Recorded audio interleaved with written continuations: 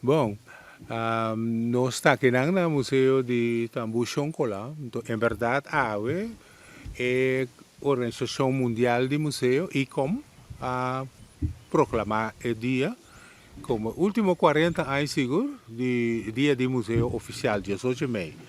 Então, é aí aqui vai ser tema central, durante um tema central é aí aqui está poder de museu não.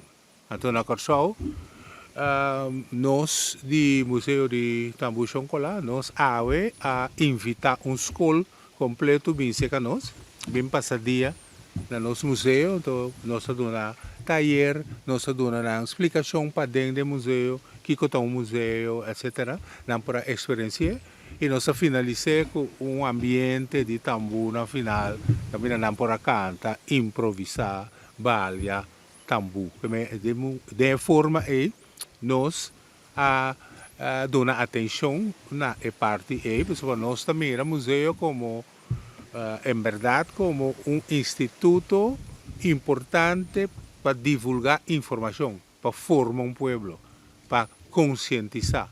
Então, dentro do mundo que tem agora aqui, peça maneira um museu é importante para formar ele, para criar paz, para criar mais união de um povo.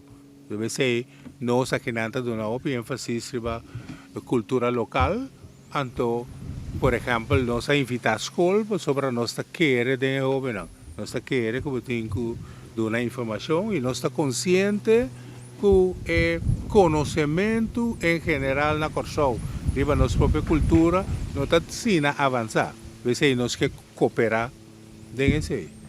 Aí passar, por exemplo, 37.000 museus no mundo a participar do Dia Internacional de mais ou menos 158 países no mundo.